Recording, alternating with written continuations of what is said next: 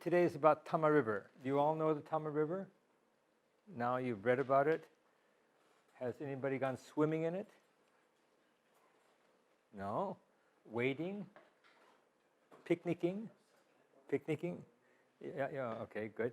Or fishing? Fishing? Just picnicking. How about bicycling along the banks? There's a very nice jitensha do. Okay. When did you go? Elementary school, a long time ago. Okay, so actually today's class there's two stories. One is the story of, it's a rather sad story, but it has a happy ending, and it's basically to use a really strong word, it's the story of river rape. How people just basically destroyed the river in the interests of Japan's modernization. So that's one story. And the other is the story of the bridging of the river and the first modern bridge across the river, and the story of the first major highway that was dedicated specifically for the use of automobiles. And that was in 1925. And of course, the beginning of what you might call automobile culture in Japan. And again, something that has a mixed legacy to the present. So those are the two stories, and I'm going to start with the rocks story and then go to the bridges story, and we'll have maybe a short break in between. Now, the Tama River, I wrote, this is a topic which I've been kind of interested in myself for some time.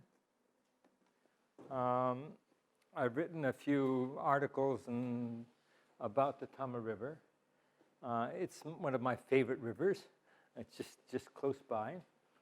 I've gone fishing there, I've gone bicycling there, I've gone picnicking there, I've gone wading, I've gone swimming, I've done everything, including, okay, and I invite you to do the same.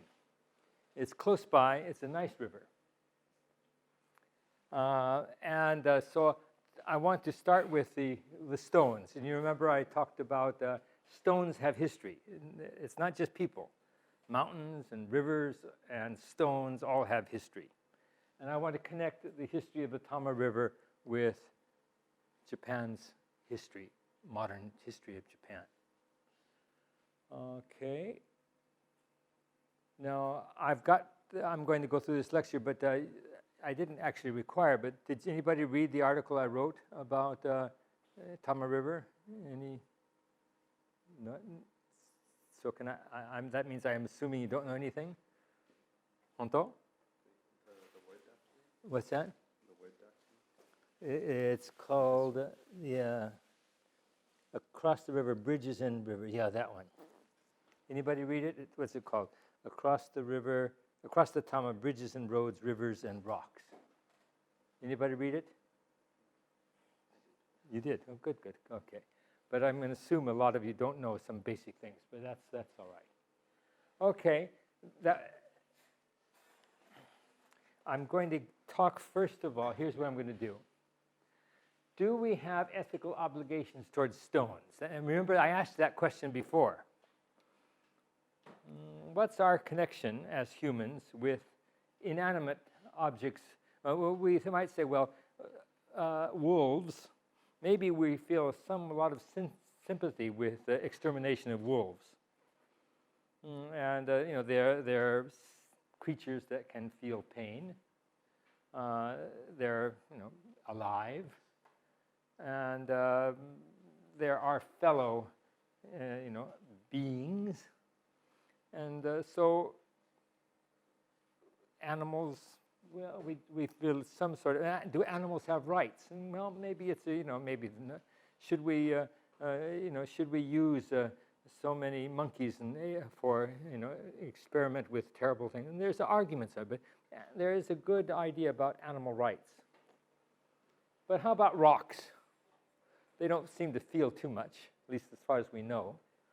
They are, you can crush them up and they don't kind of ouch, ouch. So do we have, that of course, that takes us bigger things. Well, there's little teeny stones, there's big stones, there's mountains. What about, do we have ethical obligations toward mountains? Rivers, like Mount Fuji. It's now become a national heritage site, but it was for many years, they didn't get the listing because it was so strewn with garbage. It was really kind of filthy. And kind of imagine, here's the mountain that people worship all the time, beautiful Mount Fuji, but when you get up close to it, several years ago, it was just garbage drake. Maybe it's gotten better now. Okay, so then I want to talk about water and the development of Edo. We've talked a little bit about this before. Then gravel and modern Japanese history. Gravel is, the Japanese word is jari. It's really small stones. And actually, when Japan started to modernize from the 1860s, 1870s, and start to bring in new types of industries, trains and telegraphs and big buildings and so forth, there was a lot more demand for gravel. Maybe we'll ask why. And then Japan begins to, not only take in new ideas and so forth. We talked about the modernization, but of course, there's lots of new construction. Some people even today call Japan as a sort of an area where it's kind of continually things are being torn down and rebuilt. What's the average life expectancy of a building in Japan? You build it, how long do you expect it to stay up before it gets torn down? Anybody? 40 years? Be lucky.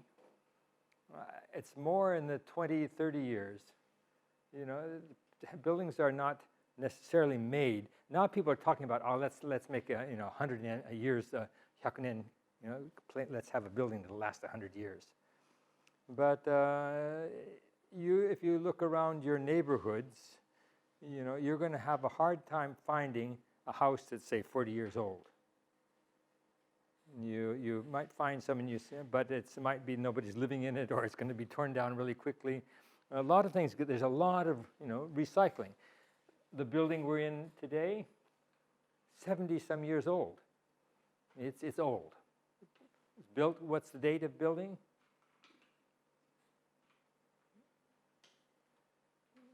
Nakajima Hikoki Kenkyujo, built on December 8th, 1941, Pearl Harbor Day, part of the Japanese war effort, okay? But there are plans now to tear this building down and replace it with a new modern classroom. Some people said hantai, hantai, including me. I like historical documents.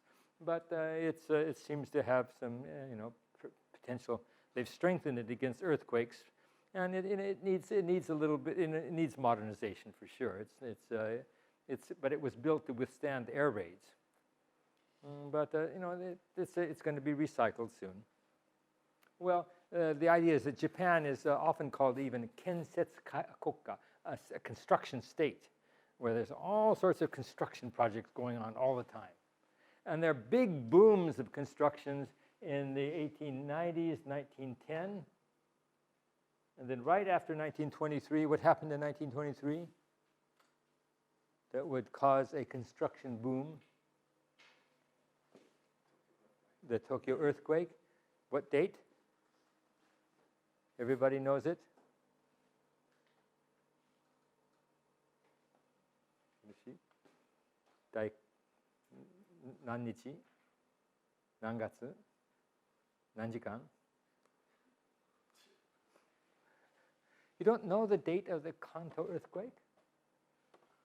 知らない？知ってる？ it's September 1st, 1923, just before noon, just when people are starting to cook lunch. And 40% of Tokyo at that time burned down.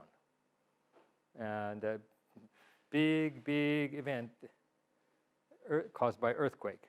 And then, of course, and then you have to rebuild Tokyo. And then immediately after 1945, what causes the earthquake? There's no earthquake then. What causes the construction boom after 1945?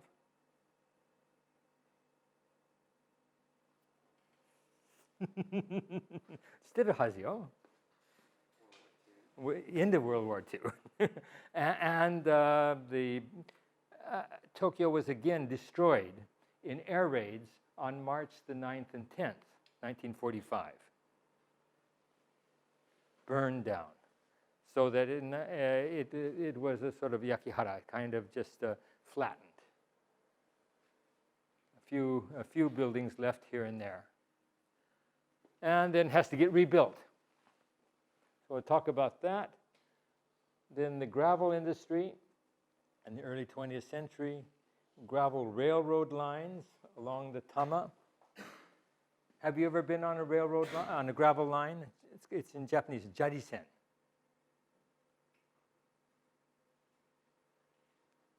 Or you probably have, because the Tamagawa Sen, which is just off from Musashi Sakai Station, been on that little line. The first stop is right here. Is that Higashi Kogane? Or no, is that the Shin Kogane? Higashi Kogane,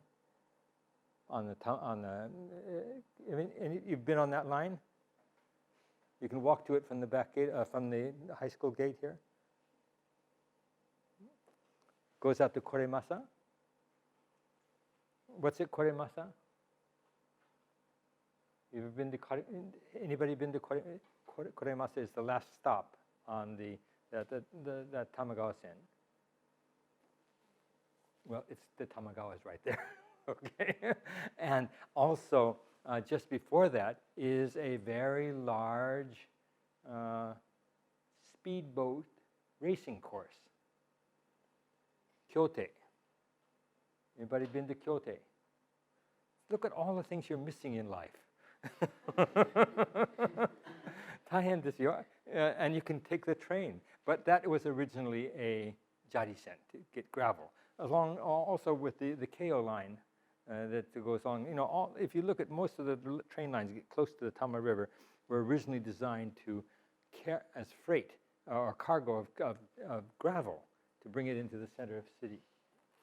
We'll talk about that. And then the environmental consequences of digging gravel out of the river. And then the building of a dam, the Okochi Dam. And then the river afterwards, up to the present day. Okay, that's it. Tamagawa River here. It is 138 kilometers.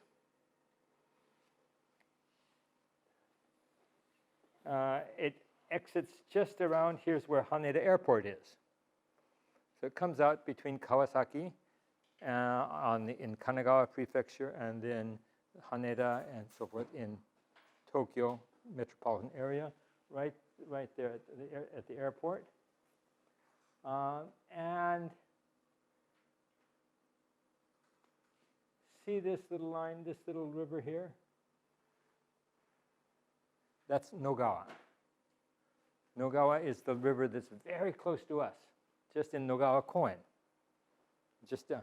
And it has its origins up here in the Kogane area, and on just over the. But it goes right about. Let's see, ICU must be right around here. Tamagawa goes all the way up and has its origins up. There's actually up here. There's a big lake here. It's right up here. It has its origins way up in the mountains in Okutama. And it has a long history of bringing in fresh water for farmers along the way down in here. This is all mountainous up here, yama, yama, yama. but down here is the flatlands, and of course for irrigation. And so it's not shown here, but on both sides of this, there's going to be lots of irrigation, canals taken out of the river. So it's good for farming. It also was good for fishing. Lots of fish, salmon included, but also ayu, sweet fish. And so the shogun up here in Edo was particularly fond of sweet fish that were coming in, these little small trout-like fish. And so it for fishing, but also for transportation. You've been on Tamagawa. Anybody see it recently? Can you sail a ship up to Tamagawa now?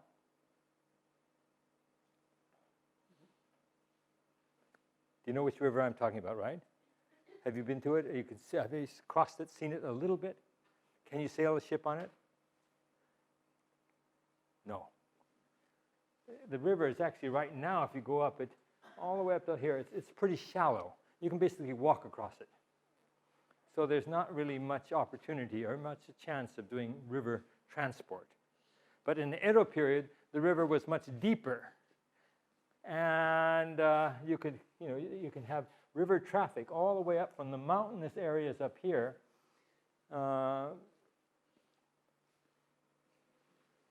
Places that produce timber, wood products, other forest items and so forth that were needed in the city could be transported by the river down into the Edo area. Okay, so it was used for river transport, and that meant ships could actually go upstream, or of course things could float down.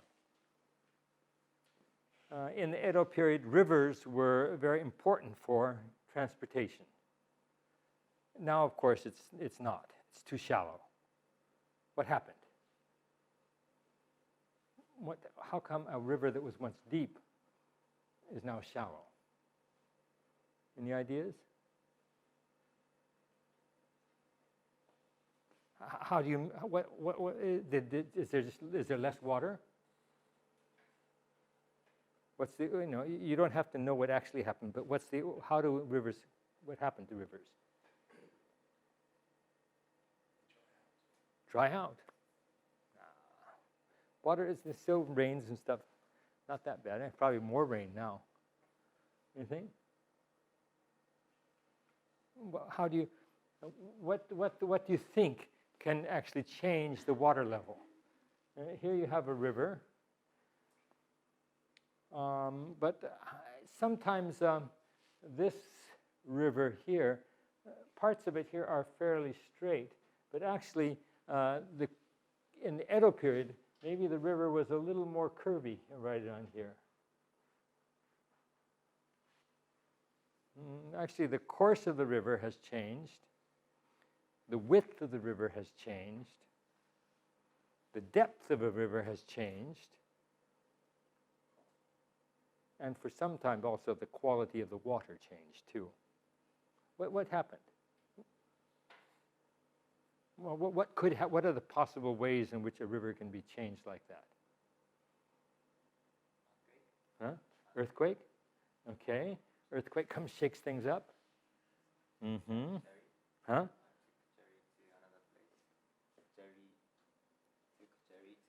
Yeah, somebody might take the rocks out of the river. That's happened. It's a lot of human manipulation of the river. Not so much earthquakes. Earthquakes can do things for sure. But what's happened basically in the last 150 years is that there's been massive manipulation by human intervention in this river. Perhaps the biggest reason for often it's been straightened, put in cement sides, keep the river in place and put nice straight sides. Also, a dam has been built. You dam the river and you can control the amount of water coming in and out. Basically, the river is under human control. It's not a natural river anymore. It doesn't just, in fact, are there any natural rivers left in Japan? we go back 100 years ago, every river was natural. Every river had a source that flowed, and basically, there was a free-flowing river. Now, just like the extermination of wolves, I think there might be 1 or 2 rivers left. I don't know, is the Yoshino River in Shikoku? You can probably look it up easily, how many free-flowing rivers there are left in Japan. There might be a couple in Hokkaido, and there may be maybe in Shikoku. But of the many rivers in Japan, I can't give you the exact number, sorry, almost everything is dammed, controlled, manipulated. And so, in other words, there's free. There are some environmentalists actually argue against this and saying that you should take the dams away and let's go back to, because the natural cycle was maybe better than the sort of artificial. But Japan's rivers are controlled. And it's, yeah. I was wondering, when I was hiking, we went through the mountains towards up in Saito, towards Chichi. Yeah. And I noticed so many dams. Yeah. Just carrying up, and I was really kind of shocked by that. But when I went to Kamikochi, closer to the Yeah. went hiking there, I saw plenty of natural waterfalls. Mm-hmm. So I'm assuming that area is more in Kamikochi, but you have to. The dams are a little bit further. So you're seeing some beautiful landscape up in Kamikochi, but just below it, between Kamikochi area and Matsumoto, in the mountains there's a big dam. Sorry. No. There's It's at what point you dam the river, I guess you're seeing. Okay. So the rivers are dammed. Why do they build dam? Who asked? Did you? Yeah. Why not? Why do they build dams? It's a challenge, isn't it? No. One is that the water supply. If you build a dam, then you make a reservoir. What do you call it? Chosuichi.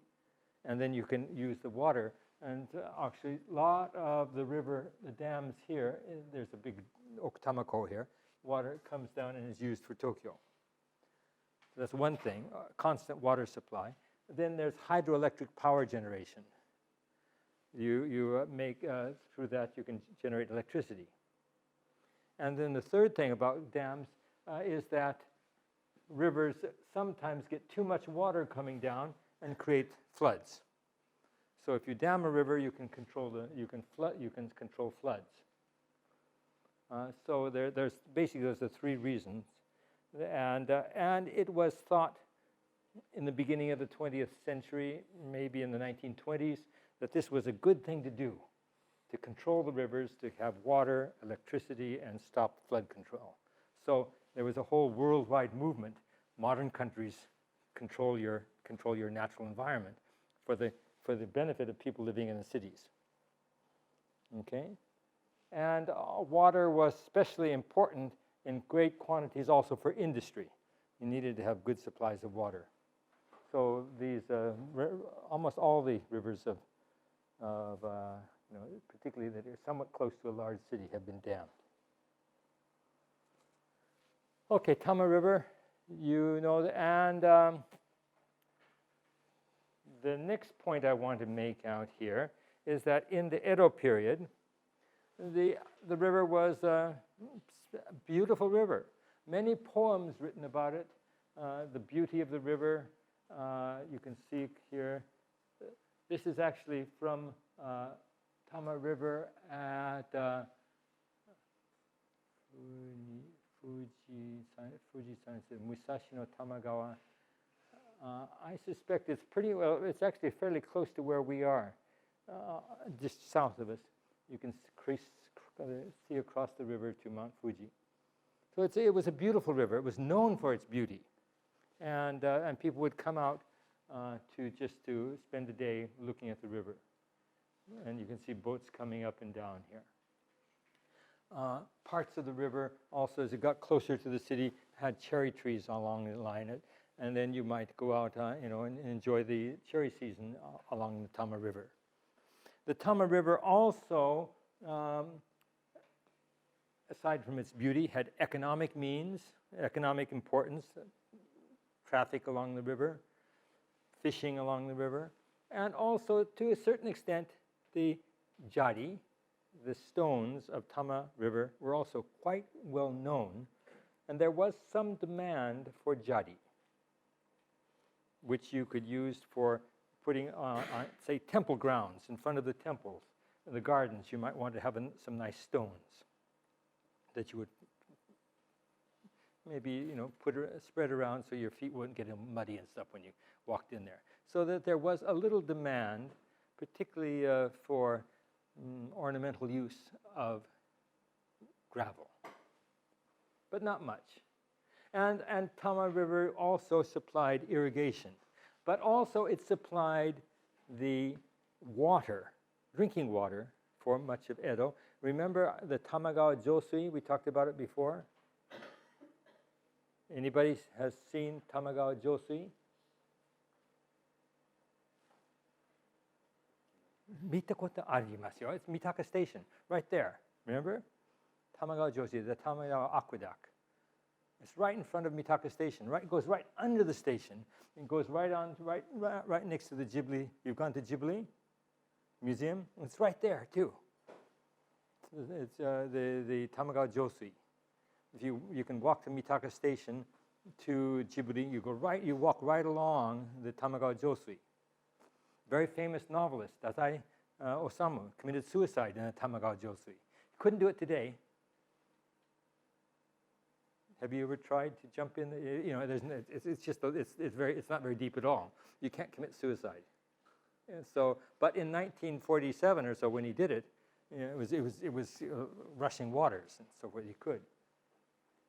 So things change over time.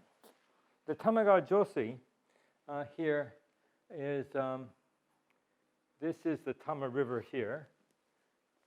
It goes down, and finally comes out in Kawasaki.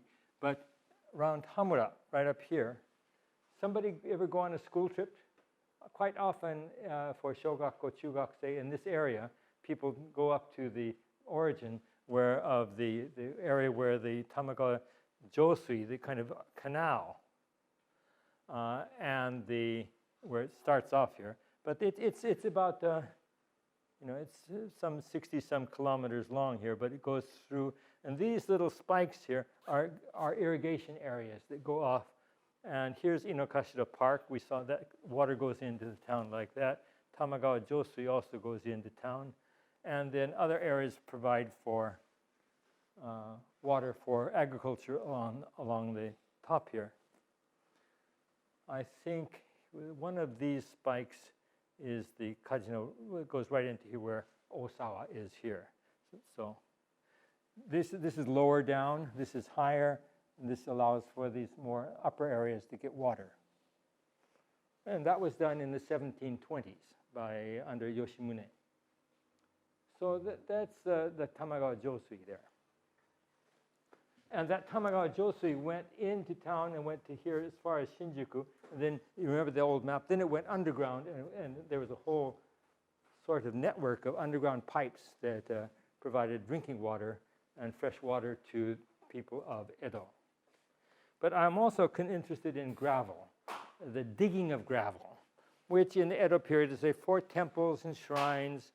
Some people were actually using gravel from Tama River. But after Perry, 1853-54, after the Meiji Restoration, 1868, suddenly there was a much increased demand for gravel. People wanted more of it. Not just a little bit that you could go out there, but they wanted tons and tons of gravel. Why? What happened? Why do you think there's a sudden demand for gravel? What could possibly have caused?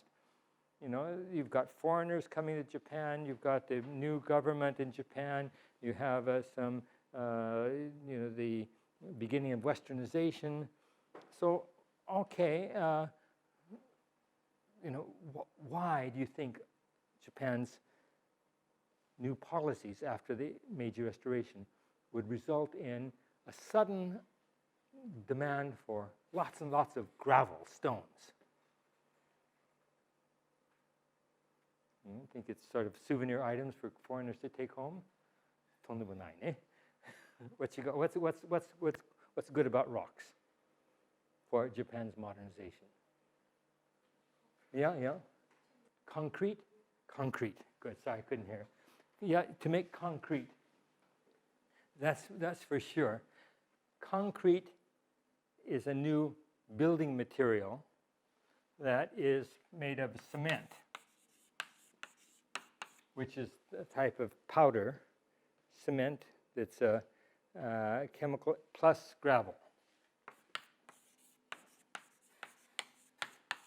Okay, mixed together, and actually it's a fairly modern invention. It was people didn't have concrete hundreds of years ago. It's an invention. Portland cement is an invention of the middle 19th century, and concrete would allow for the construction of. You can even construct things right in water, like docks and piers and ports and water breaks, and so that because the water will not cause it. If you had old plaster, it just washes away.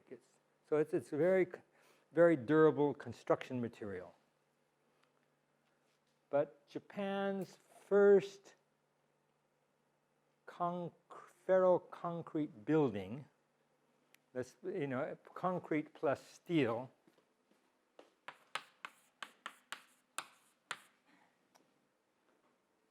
is a ferroconcrete building.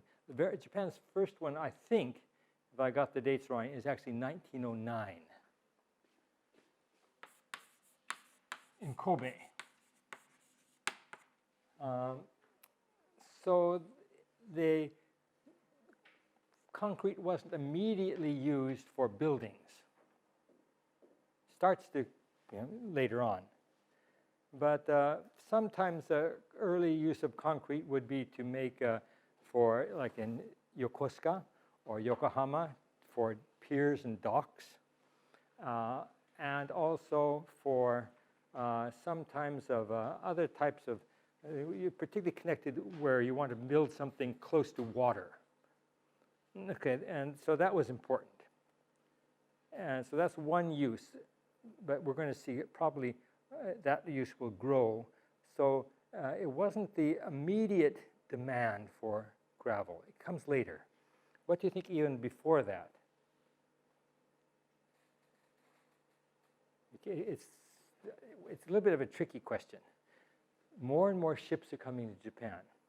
Many ships are carrying heavy items to Japan. Japan's export items, one thing was heavy, was copper. But the other items that were exported were quite light. Copper was heavy, but silk and tea were very light. If you've got a big ship and you're carrying a light cargo, it's not good with your ship. It needs more weight to keep the certain, so you have to have what's called ballast, certain kind of heavy thing to make sure the ship is a little bit an optimum level inside the ocean. So many of the early foreign trading ships, when they're taking back cargo of tea or silk, needed to have something heavy as well. So one of the first things that many people were surprised is the foreigners wanted rocks, heavy rocks. We want it as ballast. So one of the early demands for Tamagawa rocks and gravel was ballast for trading ships. Okay. Another early demand is the beginning of railroads. When's the first railroad? Shimbashi to Yokohama. I think you've got it there, Dominique? I've mentioned it a couple times. I see you've got lots of notes. I like that. but too many notes. I'll put it on. I think it's 1871. You can change it if it. And it's the very first, and it's only about 29 kilometers long. But have you been, when you go to catch the train at Musashi Sakai, and there's a brand new station in there, but look down at the tracks, what do you see? First of all, you see the rails. The rails are probably sitting on cement or concrete blocks. They originally were wooden railroad ties, but now it's large. And then around it, even on a super modern place, you're going to see rocks. You know, it's gravel, and actually, there's a certain as Japan started with first that railroad, and then expanding more railroads that are going to go all the way up to Hokkaido, all the way down to Kyushu, and every place in between. As Japan became from the 1870s, 1880s, 1890s, and more railroads, all of those railroads, those thousands and thousands of kilometers of rail, mean also thousands and thousands of kilometers of gravel spread along the tracks. Why would people put gravel on? Why would you do that? You know, it's kind of interesting and that's worldwide. You'll see, rocks and connected with the trains. Keeps the weed down. It also, it can be, if you want to, it gives us some sort of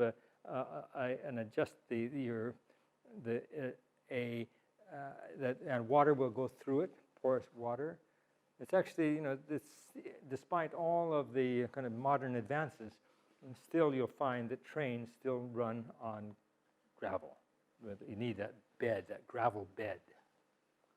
And so there was a sudden demand as Japan became more dependent on rails. Also, you need more gravel. But then also, as new types of transportation took place, you get horse and carriage, horse carts, and then later jinriksha. And the road surfaces, if you have more wheeled transport, you had to have more paved roads. And that could be spread gravel on the roads, or then you could put concrete on the roads, or later on, asphalt. And asphalt, what is asphalt? It's like concrete. It's a sort of tar plus gravel. And it packed on and rolled on the road. So you're going to pave the roads. And so with roads, there's also a need for gravel.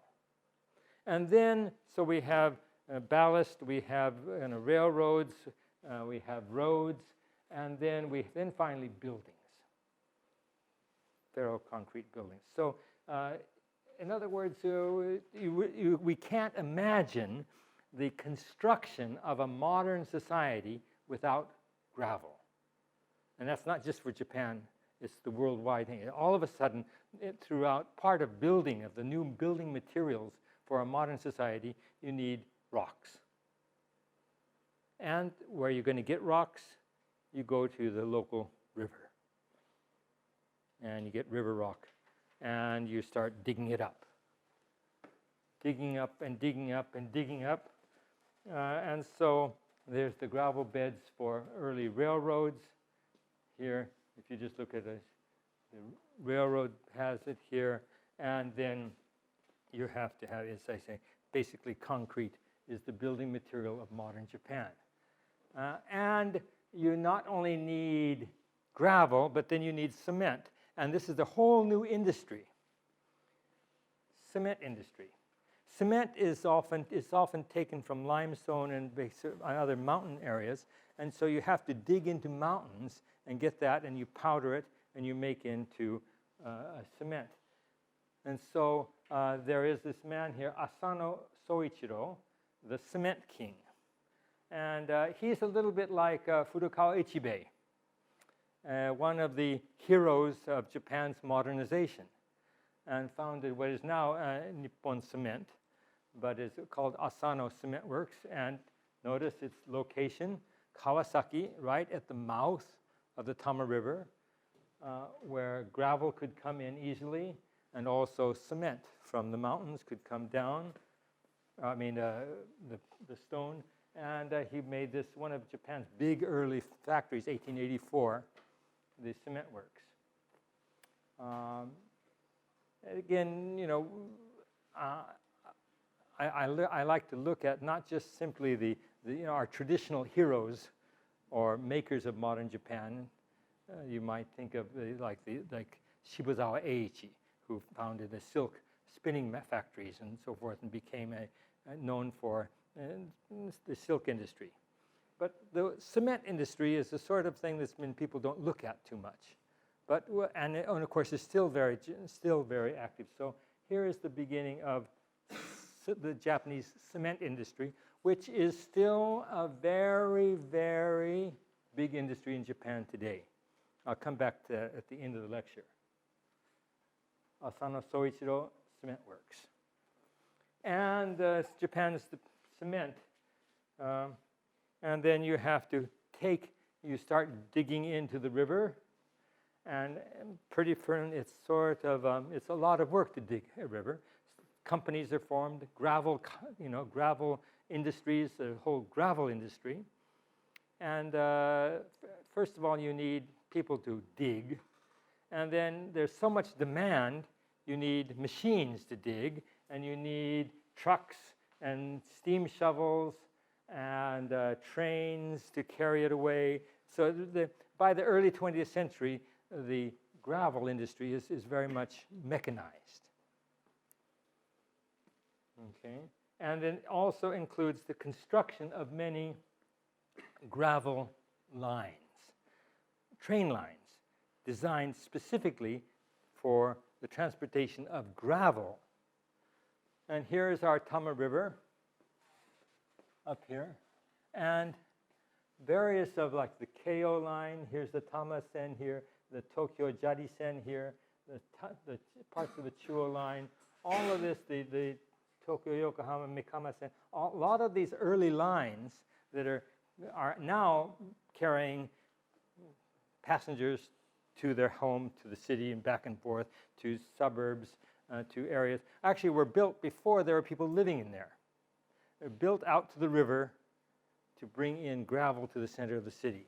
And one of the big depots for gravel in downtown Tokyo was Shibuya.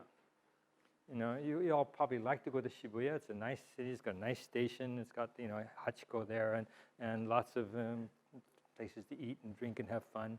But if you went to Shibuya 80 years ago, 90 years ago, what you will see is just mountains of construction material.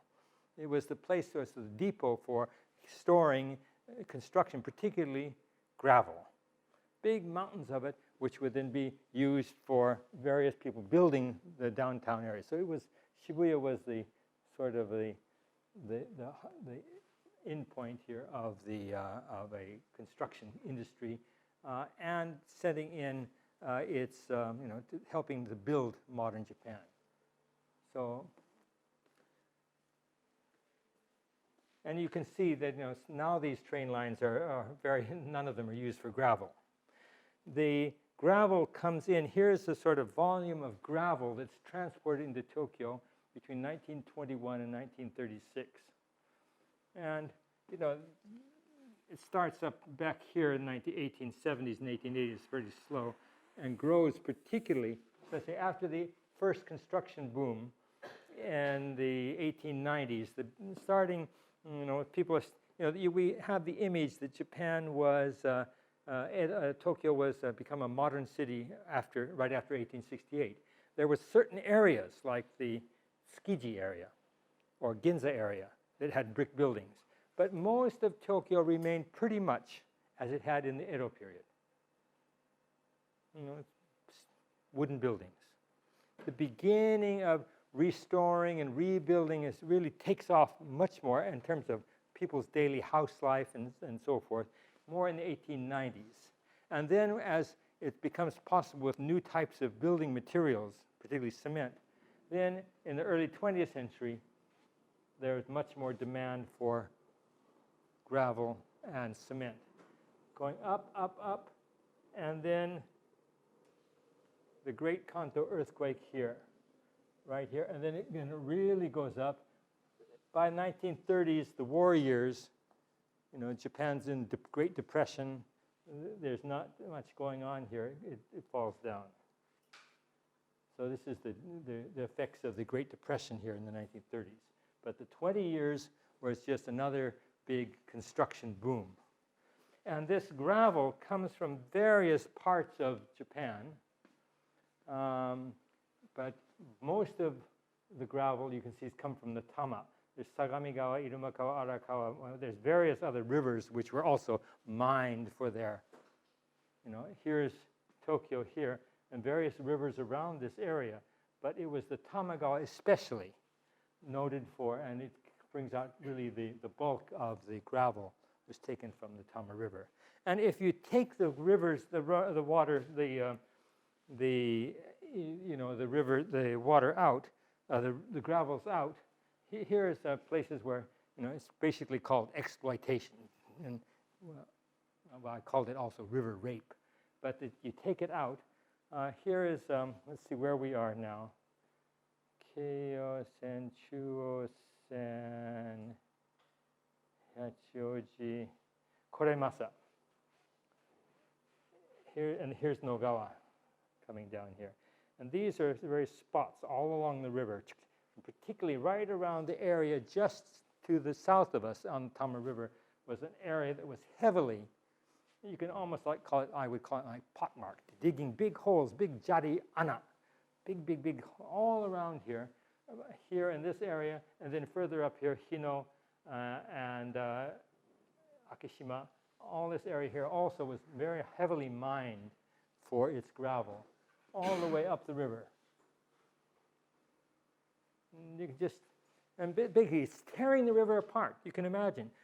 Just taking the sides of the river out, both sides, getting rid of the trees, and what's left is really no longer the beautiful river of the Edo period, but a very ugly river with hardly any vegetation and just piles and piles of gravel on both sides as they continued the work. Now, the river is basically exploited of its gravel. That will often, that was going to, all of that is, as well is going to change the course of the river. Back in the Edo period, one of the very first accounts we have in English of the Tama River talked about this man. Remember Kemper? Oboiteru, Alicia? Oboiteru? Do you remember Kemper? Kemper, who was a plant hunter, a German, pretending a guy got him. When he came to Edo in 1860, he crossed the Tama River and wrote about it. He says, it's a beautiful river. It's very broad and it's very deep. He went across on a ferry because there was no bridge. And he went basically somewhere, probably more in this area around here. He crossed the river on the Tokaido. I'll show you in the map about it. But at that time, the river was very deep. But by digging into the sides of the river and taking the stones away, and in many cases even straightening the river spreads out and becomes shallow. So that's one thing. This actually physically changes the river. But probably the big thing that actually changed the river much more radically was damming it. And this is the Okochi Dam. And notice the date, 1936, in the middle of the Depression years, in the middle of the years in which they're saying, the city of Tokyo needs more water. And also because of the sorts of damage that the gravel industry has caused to the river, the Tamagawa often floods. and it's causing flood damage. So somehow we have to do something about the river. We need more water from it. We'd like to have some hydroelectric power from it. Also, we need to control it from flooding.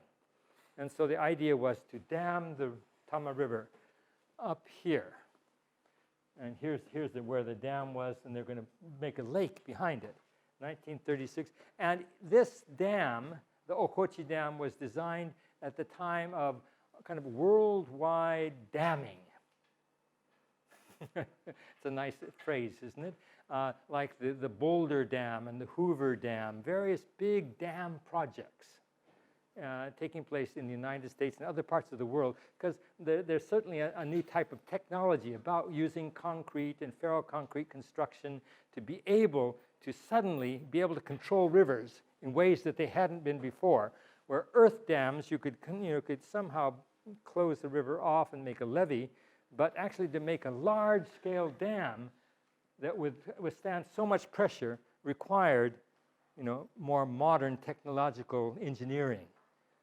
And this is what was made possible from the 1920s, and suddenly throughout the world in advanced countries, dam after dam is built.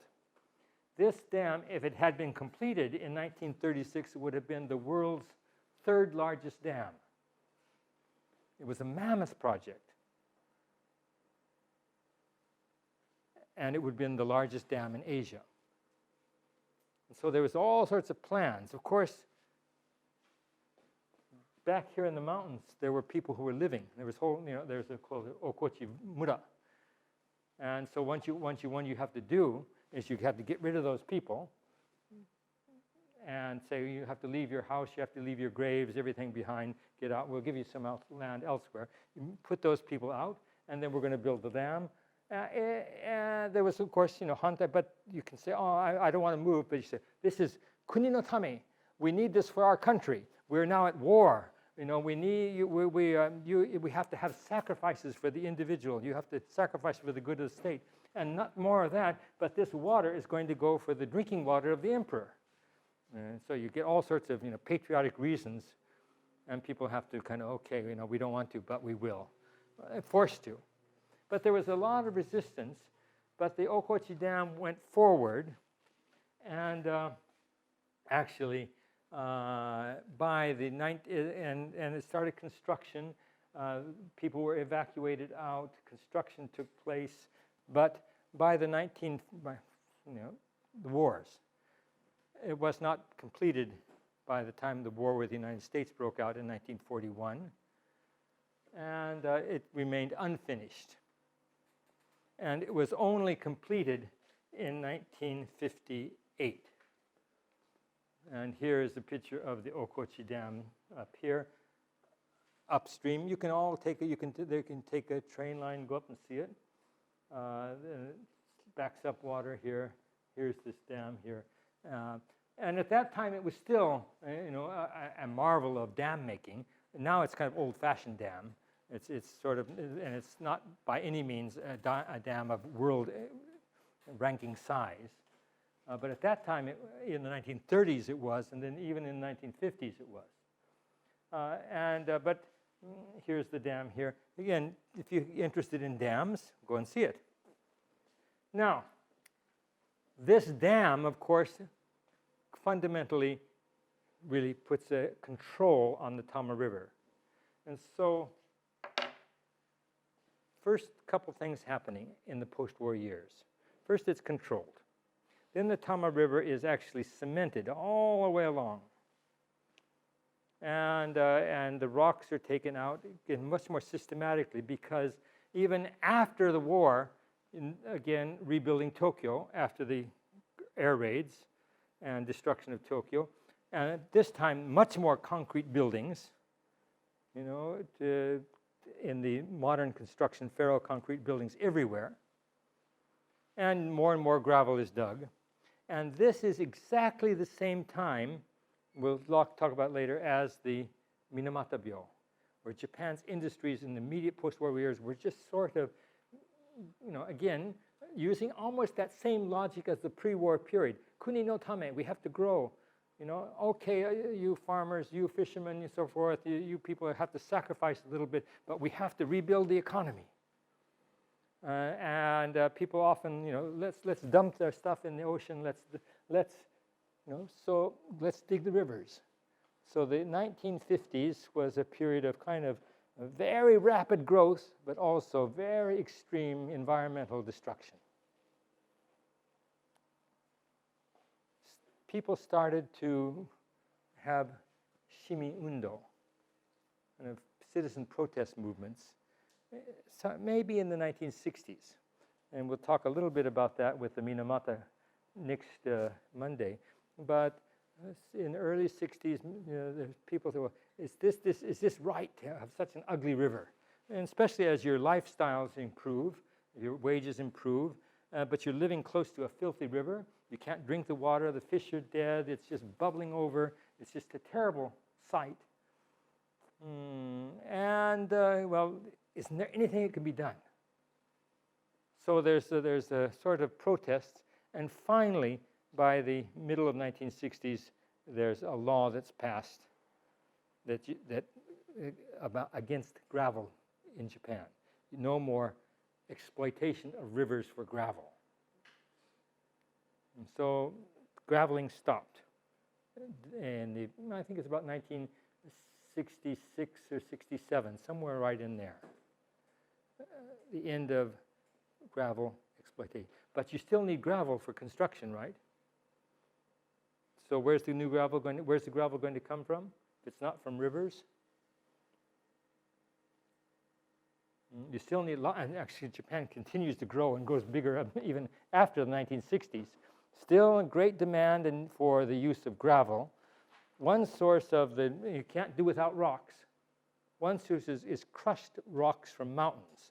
So you start to tear down mountains and use the rocks and crush it. But then there are laws passed, we can't, no more, protecting our mountains. Good. Still, if you can't use your mountain rock and you can't use your river rock, doshimasu ka? It's all imported. And many Japanese companies who were formerly set up in Japan are active in Southeast Asia and other countries where the environmental protection laws are weaker. And you can kind of rip up their rivers and bring in the rock to Japan. So, and that's a sort of form of export pollution, polluting,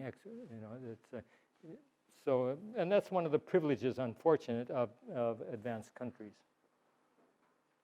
Okay, so that's this story. What happened is that as a result of the strengthening of environmental protection laws in the late 60s and early 70s, and especially after the so-called, what is it called, Kankyo Gikai, there's a sort of, around 1971, a whole series of strict environmental protection laws are passed against emissions in factories and so forth, water purity, air purity laws, sunshine laws that are going to really strengthen actually and also clean up Japan from the middle of the 1970s. And as a result, Tamagawa is, particularly in the 1980s, when I was a student here back in the 1960s, Tamagawa was just filthy. You wouldn't want to go swimming there, you wouldn't want to go wading there, you wouldn't even want to be there. It stunk, and it had the kind of foam on it and so forth. But by the 1980s, cleaned up. River fish start to come back. And sometimes even the cement sides were taken away, and curves were placed in so that some of the original sorts of aquatic life and vegetation and fishes that would rivers flow. If it goes straight, it's always moving. But if you have it curved, then there's sections where there's a sort of slow area, where and life can, different type of species and different types of animals and fish and insects can grow in these slower areas. And so the curves were restored. In other words, it was kind of restored to being a natural river. And that's why I use this word neo-natural river. And even the stones were returned. People start to throw, because the stones will themselves slow down the river instead of rushing out. Will also act as a purification, cleaning the water, passing through the stones. And so quite important to have stones in a river. And so that, and there's a little YouTube thing that you can look at there later. So that's actually, if you go to the Tama River now, 2014, it's a very nice river. You can have picnics there. You can ride your bike along the bank. It's green. You can look at Mount Fuji across the river and see it. And you will say, why am I always in this big city with its concrete buildings and its asphalt roads and its, so let's go out and enjoy nature. Let's go to Tama River.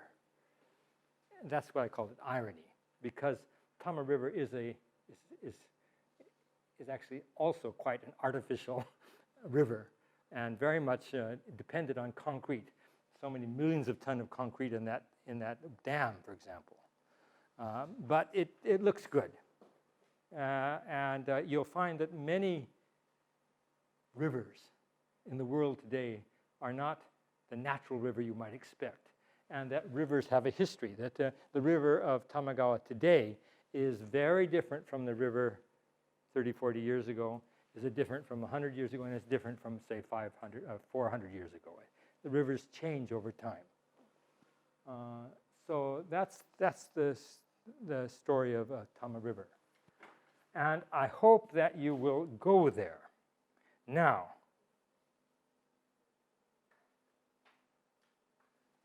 questions of this part, because I'm going to switch, I'm going to take a short break, and then we're going to look at other parts of the river, and other history of the river. Are you excited to go to the river now? You can go swimming, no fear. Actually, the ayu, the sweet fish, have come back. And a few years ago, Tama-chan, a little seal, actually kind of went in the river. It's remarkably, it's a very beautiful river. And especially if you go upstream to the top. You can go camping and picnicking and so forth. Itarashai ne. Escape from the concrete jungle. Okay, let's stop there, okay? Ii desu ka?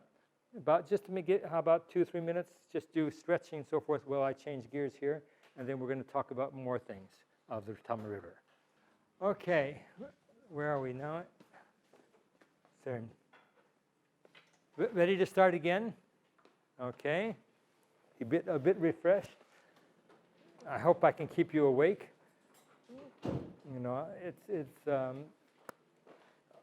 I want to just look at another thing. A lot of the story of environment, you can see, happens to be a pretty sad story. But the Tama River also has humans have actually improved it. And so it's turned out to, it went through that one phase, but it's actually turned into a very nice place of what humans can do to improve the environment as well. I want to look at, this time, bridges and roads, because I mentioned before that the Tama River, here's a map of the Tokaido. And this map, here's Edo down here. And the Tokaido goes this way, all the way to Kyoto. But if you look at the Tokaido, many of you know the 53 stages of the Tokaido, but at various eki, or shukuba, kind of post stations along the way, you can stop. But at various places along the route, see, there's no bridge.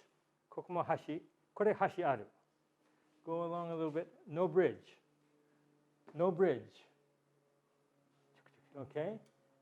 Now why, there was bridge building technology in the Edo period. People could build bridges. But, so here's the Tama River. Why didn't they build a bridge over that? It's the first, you're almost in Edo. You've come all the way walking, struggling. It might take you, if you walk from Kyoto, it might take you almost, almost two weeks, maybe 10 days to walk to Edo. You're almost there, and yet you have to wait for the ferry. And you can't continue. There's a big. So why do you think there's no bridge here as you just are entering into the nation's capital? Why do you think the river was not bridged? Any good? Yeah. Maybe to try to regulate who would come into the city. Yeah. There is strategic. In other words, merchants are all right, or commoners are all right, but what if you have an army just about to attack this? Where's Osaka? Where's the castle? Tokyo Yama. Here's the shogun's castle. Edo-jo. And you have an invading army. Okay, leave it on, that's strategic. It slows them down. That's one reason. Another, actually, when Tokugawa Ieyasu made the Tokaido, the original Tamagawa had a bridge. So it was actually bridged, and then floods came and destroyed the bridge, and they rebuilt it again. And a few years later, for about between 1603 and 1688, I may have the dates wrong. You can see, I've got it written in that paper there. The bridge was built and destroyed and rebuilt and destroyed maybe 5 or 6 times. And after a while, it's just too difficult, because the river was particularly in the summer and early autumn, floodwaters came down. They were so hard. This was a wooden bridge. It just washed it away. So it was just almost, it wasn't worth the effort of bridging, because the Tamagawa was so wild. And again, if you look at the Tama River now, it's not wild. So it was a wild river, especially after the summer rains, or if there were typhoons that came in autumn. So after that, in 1690, when Kempfer came, he took the ferry across. And but if he'd been there a couple years earlier, he could have walked in. Okay, so that's the river. And as I say, it has a sort of turbulent history, but here's the ferry. You do this sort of funawatashi. And the biggest place here is at Kawasaki. It's right at what is called Rokugo. Sometimes the Tama River is called the Rokugo River, Rokugo-gawa. And the Rokugo Watashi, the ferry crossing. Actually, there were numbers of crossings on the Tama River, but the Rokugo one was the most popular. There's about 16 or 70 spots where you could cross the river, but by boat. But this was the most, right at the Tokaido. So that's, but it kept burning up. And even the river was finally bridged in 1925. Okay, in other words, from 1688 until 1925, the main way to get across the river was by ferry, well into the 20th century. So that itself should tell you something about the difficulty of building a bridge, even after the introduction of new technology in the late 19th, early 20th century. It wasn't until the 1920s, which was a sort of worldwide, just as long as dam construction with ferroconcrete modern engineering technology, bridges could be built that would withstand raging rivers. Not just in Japan, but other parts of the world as well. So this 1920s was a takeoff around the world of various large public work projects, highways, dams, and bridges. There was some attempt here's in the Meiji period, of building a railroad bridge for that first railroad. But at this point, a wooden bridge was done. It had to almost all the materials here were imported from England, brick, and it kept, so and it did wash out now and then, but basically this bridge was, but any attempts like making a wooden bridge were destroyed. And here's the Great Flood of 1910. And so there, basically ferry traffic came in. And there were other people who were calling, well, now in the 1920s, or 19-teens, that the new age is an age of automobiles. There's jinrickshaw and so forth, streetcars. But because of the new wheeled civilization of the early 20th century, Japan needs good roads. And there was just like in the United States in the 19-teens, there was a good roads movement, also a good roads movement in Japan. And the good roads movement will require bridges and paved roads. And paved roads means, of course, both of them mean a lot of concrete, a lot of steel, a lot of gravel.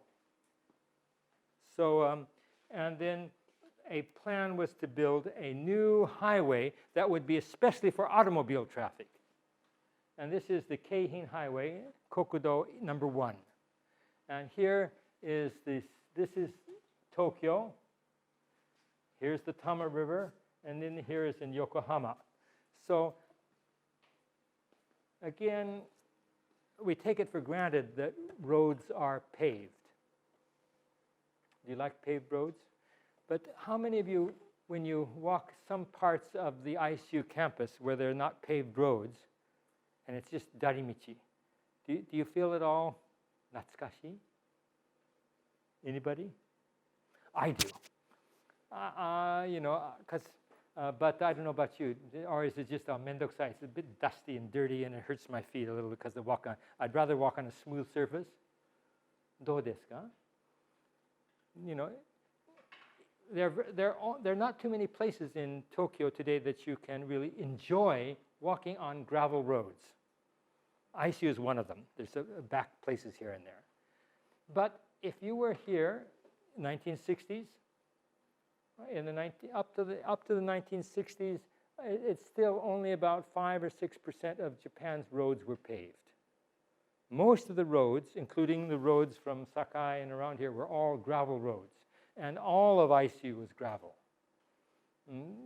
Japan has, in the last 40, 50 years, undergone a really big revolution of paving and making it into a much more friendly automobile culture. One of the very, very first paved roads for automobiles was the Highway number 1. And it was only about 29 kilometers. Here's the railroad track. It kind of went parallel to it. It used parts of the old Tokaido. Some parts it went through the fields and made up a new road. But this road was going to be not just simply, another path, another gravel road, but it was going to be paved. It was going to use all sorts of modern technology to use new types of machines. Equipment would be imported from the United States: rollers, graders, rock crushers, asphalt plants, concrete plants, asphalt pavers, dump trucks, cranes. All of these new types of machines were, and this is 1920s, bringing in Japan to actually, it's big business, construction business, to make a road. And the road would be also a new type of road that would be all sorts of technology. There's going to be trees on both sides. It's going to be paved. It's going to have kind of places for water to flow out. It won't be completely flat. There'll be a slight curve so water could run off to the sides into ditches. So it's going to be here, the gradient, camber, water flow off, trees and other vegetation were planted and make it a beautiful road, kind of a showcase of Japan's modernity. Again, we don't often look at, in Japan's modernization process, we might look at factories, and we might look at schools, and sometimes some other sorts of institutions, but we don't often pay attention to roads. and the history of roads, which are essential to a modern society. Especially if you're going to have an automobile culture, you need to have roads for automobiles. And so this is also something that's quite new, and again, not only new to Japan, but to much of the developing world, to have improved in highway construction. Teens, 20s, 30s is a sort of worldwide, explosion of road building, highway building. And the person who was most responsible for this was a man named Masuda Jun. Completely now, you won't find him in any textbooks. He's if you look him up in Wikipedia, it's just ちょっとだけ書いてある。1883, 1947, Japan's, master road builder and bridge builder.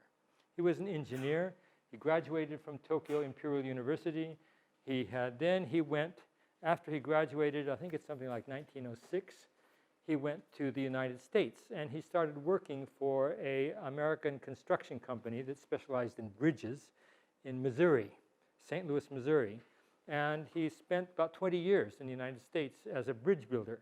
And so he actually has a number of bridges which he built in the United States. He returned to Japan in 1922, just before the earthquake.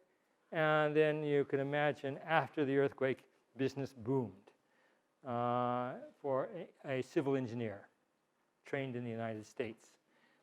It's he who designed the Rokugo Bridge. And here's the first, it's completed in June 29,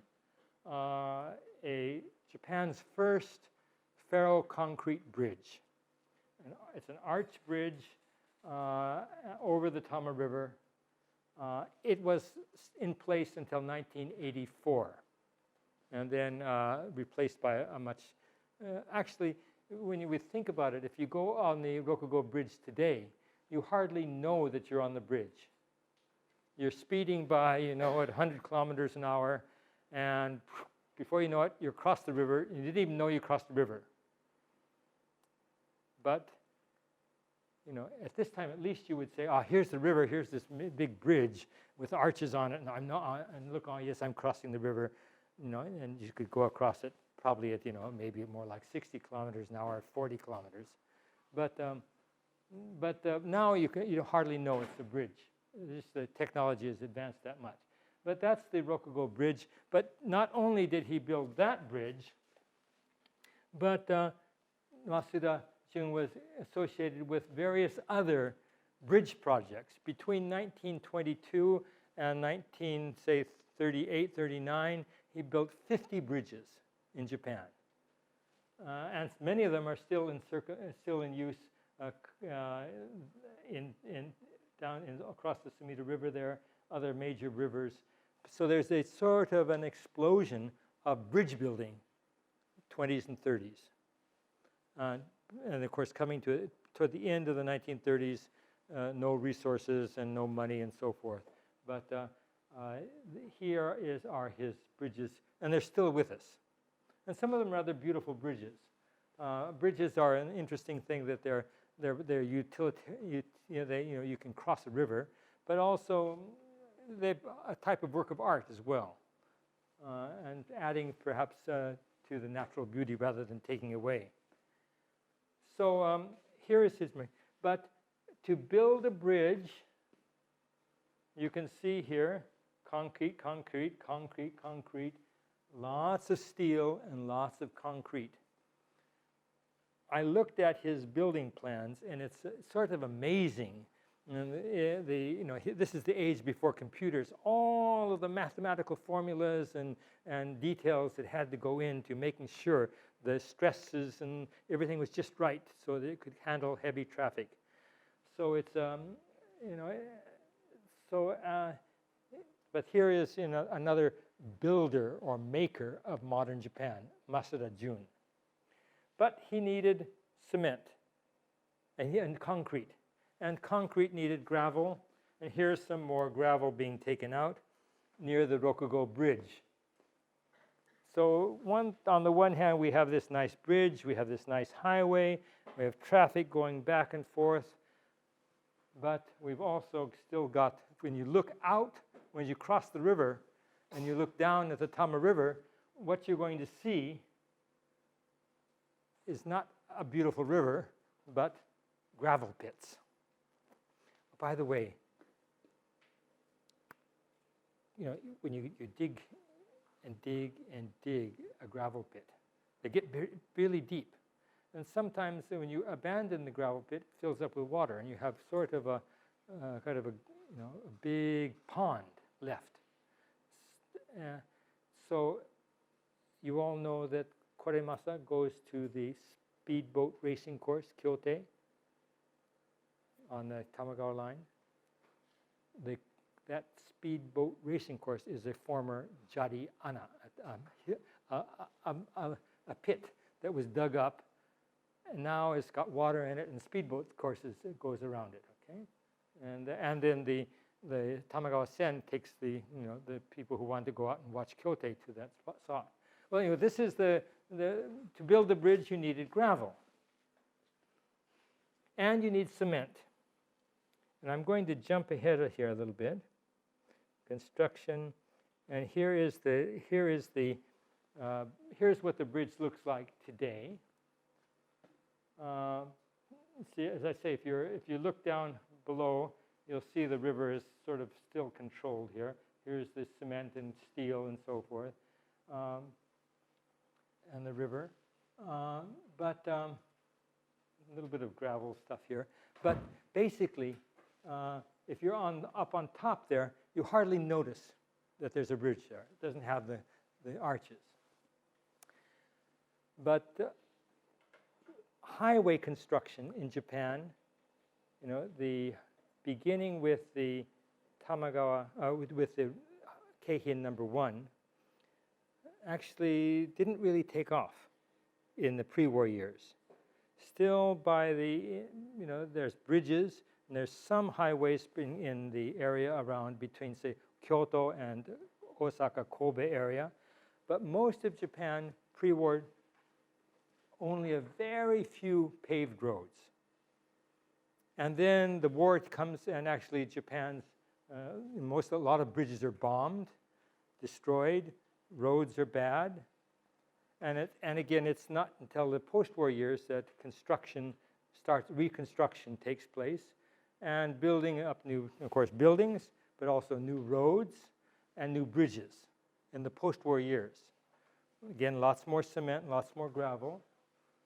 And then building, just like the railroads, so you're going to have a whole series of highways, Kosokudoro. And the Kosokudoro starts just around the time of the Olympics in the 1960s. You're going to the Meishin, and then from Nagoya into Kyoto, and the highway is kind of a Kosokudoro system from the 60s, 70s, 80s. Whole big construction of national highways, plus the paving of roads around, especially from the 60s and 70s. A whole project of paving Japan, involving massive amounts of gravel and cement. There are a number of stories about, that Japan has become as if a country that's paved with cement. It's sort of like a cement that is, when you look at this, the amounts of cement being used in Japan is just tremendous.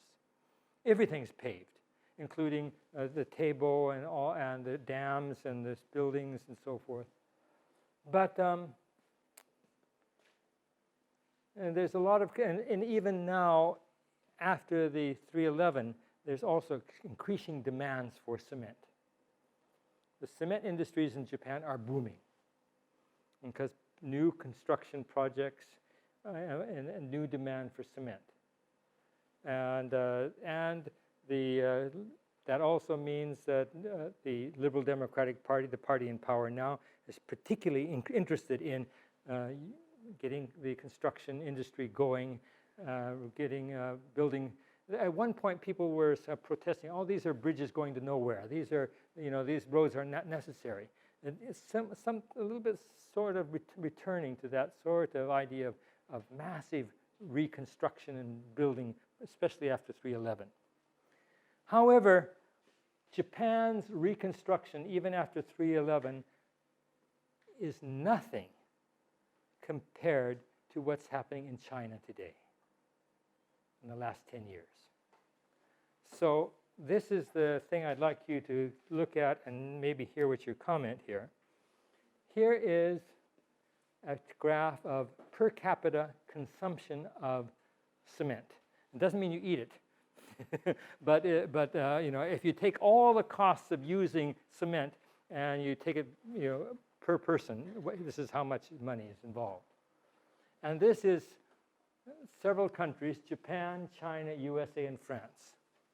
From 1920 until 2000, well, about 2008-9 here. The United States starts up pretty high in 1920s, and Japan down here quite low. Even 1920, even though I talked about lots of construction uses, particularly after the earthquake, it's still pretty low compared to the United States, and stays low, especially during the war years, almost down to zero. Then after the war, in 1950s, 1960s, and even right here, around 1970, Japan's per capita consumption of concrete even goes higher than the United States and remains very high, so that if we're talking about, say, 1990, Japan as a construction state, Kensetsu Koka, relying heavily on cement, is the world's leading consumer of cement in the 1990s. From the 1990s, as Japan's economy leveled down, not leveled off, but the consumption of cement has gone down. But the United States here follows it. This is per capita, so it's and the population of the United States is larger. But the population of China is even much larger, and still, China hardly used any cement. Maybe starting after the end of the Cultural Revolution and so forth, 1980 starts to use more cement, surpasses the United States in the 1990s, and then look what's happening. Surpasses Japan and goes up. What does this tell you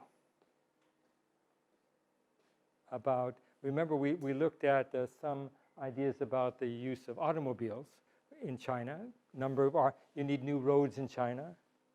You need new buildings, new docks, and so what's happening this is a little bit like this, in the 1960s, where Japan consumption went up but then it's come down. But the chart here is probably, but it's on a much grander scale. ちょっと恐ろしいよ。But that's what's happening, and of course that means a lot. That means not just benign cement and concrete, but it means gravel. It means extraction from the limestones of mountains, resources. In other words, to make that cement, to make that concrete, is a great deal of what's happening to China's rivers, what's happening to China's mountains, or where is it getting that cement? I don't know, but I just want to kind of draw your attention to what's happening in the world today. These countries here are starting to kind of decline, maybe finding other sorts of materials, but China is going quite up. Eventually that might come down. You got an idea? No, I have a question. Yeah. I understand that China's per capita cement consumption is tremendously large, but are they also producing cement as well? Yeah. Mainly this is producing within China, and rather than Japan right now has to import gravel. But Are those imports also coming from China as well? I'm not sure. Could be. But I suspect it's more from Southeast Asia. You know? If it's about 1.4 tons per person in a population of about 1.3 to 1.4 billion, that'd be over 2 billion tons a year Yeah, it's a lot. in actual consumption. Yeah, well, I suspect, and I think China's economy is starting to slow down a little bit. So if we could bring this up to 2015, I think we're going to see it starting to come down a bit. Yeah.